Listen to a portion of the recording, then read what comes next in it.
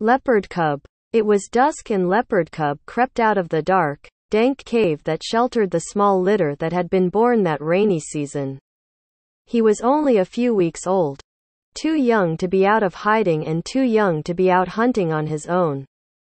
Leopard Cub strayed far from home, distracted by the cackling sound of the fleeing crested francolin that led him deeper and deeper into the woodlands.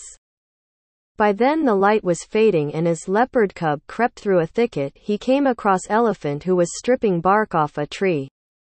This huge animal with his wrinkled gray hindquarters showed great dexterity with his long, nimble trunk.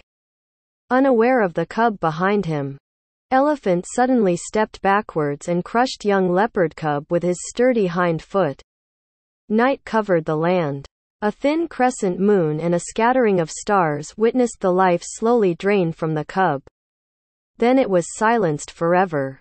Early the next morning, on their return from a hunt, some leopards found the lifeless body almost hidden by the grass, and they took it to Leopard. "Who is responsible for this killing?" asked Leopard, venting his anger. No response was forthcoming. Grief-stricken, he looked down at the lifeless cub and asked, "How did this cub die?"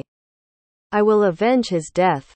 "Elephant killed this cub," said one of the leopards, jumping into a tree.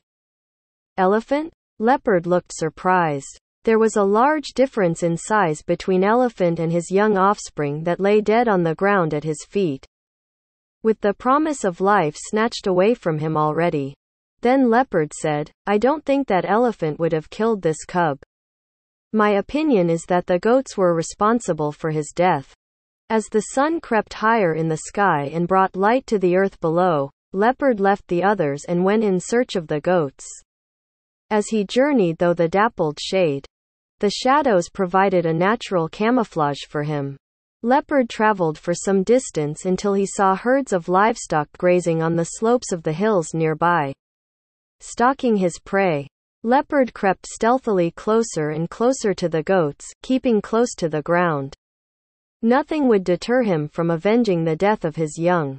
The goats scattered when their predator made his presence felt among them on the rocky incline. But motivated by revenge, Leopard took no pity on his prey, and the number of goats grazing on the slopes diminished fast. That is how Leopard avenged the death of his cub. This tale from Ethiopia shows that even today, when man is wronged, he often takes out his anger on someone weaker than himself. The end.